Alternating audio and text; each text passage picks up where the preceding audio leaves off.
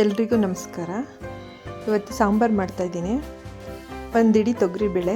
ನಿಮಗೆ ಜಾಸ್ತಿ ತೊಗರಿಬೇಳೆ ಬೇಕು ಅಂದರೆ ಜಾಸ್ತಿ ತಗೊಳ್ಳಿ. ತರಕಾರಿ ನೀವು ಯಾವ್ದು ಬೇಕಾದ್ರೂ ತೊಗೋಬೋದು.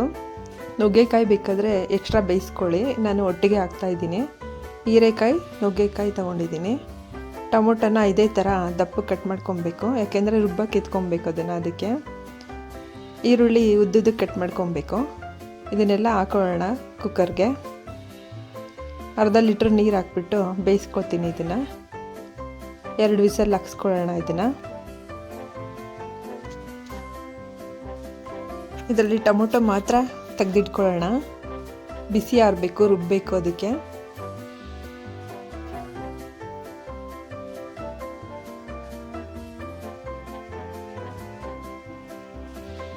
ಇದು ಬಿಸಿ ಆರಿದ್ಮೇಲೆ ರುಬ್ಬಕ್ಕೆ ಹಾಕ್ಕೊಳ್ಳೋಣ.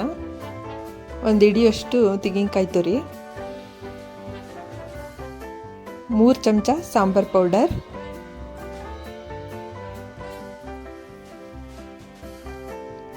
ತಣ್ಣಗಾಗಿರೋ ಬೇಯಿಸಿರೋ ಟೊಮೊಟೊ ಹಾಕೊತಾ ಇದ್ದೀನಿ.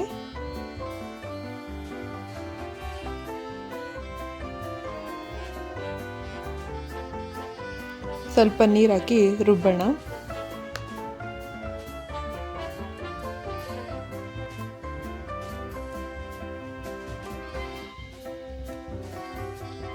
ಒಂದು ಪಾತ್ರೆಗೆ ಒಗ್ಗರಣೆ ಹಾಕ್ಕೊಂಡಿದ್ದೀನಿ. ಎಣ್ಣೆ, ಸಾಸಿವೆ, ಕರಿಬೇವಿನ ಸೊಪ್ಪು, ಬೇಯಿಸಿರೋ ತರಕಾರಿ ಎಲ್ಲ ಹಾಕೊತಾ ಇದ್ದೀನಿ. ರುಬ್ಬಿರೋದು ಹಾಕೊಳ್ಳೋಣ. ಉಪ್ಪು ರುಚಿಗೆ ತಕ್ಕಷ್ಟು.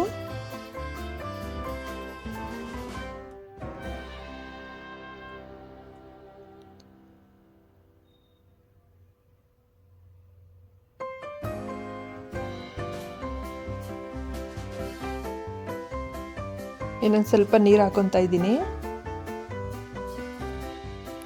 ಇದು ಕುದಿ ಬಂದಮೇಲೆ ಒಂದು 3 ನಿಮಿಷ ಕಡಿಮೆ ಉರಿಲಿ ಕುದಿಸ್ಕೊಬೇಕು. ತುಂಬ ಟೇಸ್ಟಿಯಾಗಿರುತ್ತೆ. ಎಲ್ಲರೂ ಒಂದು ಸಲ ಟ್ರೈ ಮಾಡಿ ನೋಡಿ. ಸಾಂಬಾರು ರೆಡಿಯಾಗಿದೆ. Thank you.